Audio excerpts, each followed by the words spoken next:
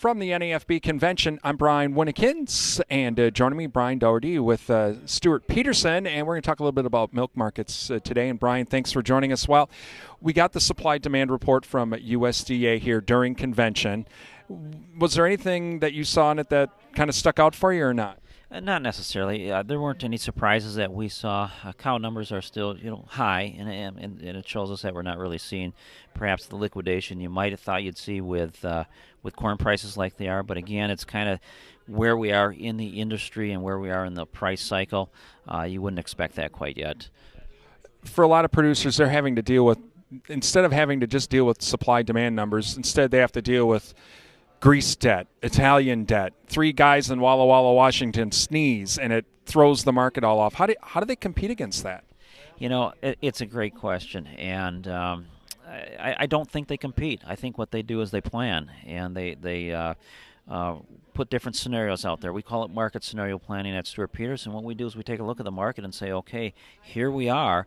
We have these variables. We have supply, we have demand, we have Europe, we have crude oil, we have gold. We have all these things that are in the market in the news, higher corn prices, lower corn prices. As a whole, what I think we need to do is take a look at it and say, hey, we're at this particular price.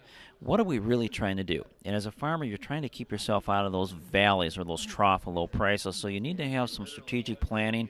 You need to have some ideas in place and the discipline and knowledge to execute those so that you keep out of those troubled spots. When they come, they're likely to come quick and come hard. We saw that in 2009 when prices, were cut in half. So those who were prepared and had strategy ready, that's where I think farmers need to concentrate their efforts. Forget trying to follow the news and outguess that. That's an impossible task.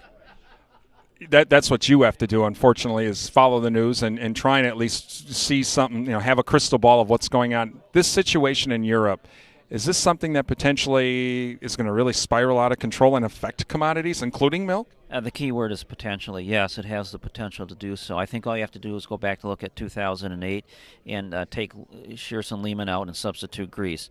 That domino falls. You're going to get default on bonds. You're going to get insurers that are going to go on, out of business, and the whole world's going to retract and look back. And you're probably going to see the dominoes fall. It'll be Italy, and then it'll be Spain, probably Ireland.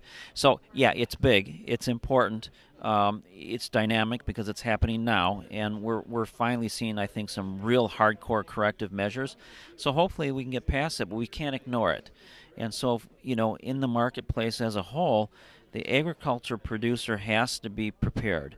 And you do that through pre-planning, and you do that through spending some time thinking about the what-ifs, and then putting strategy in place, and then having the discipline not only to execute it, but the discipline to review it. It takes time and effort and energy, but that's the real final frontier for producers is to fine-tune that marketing.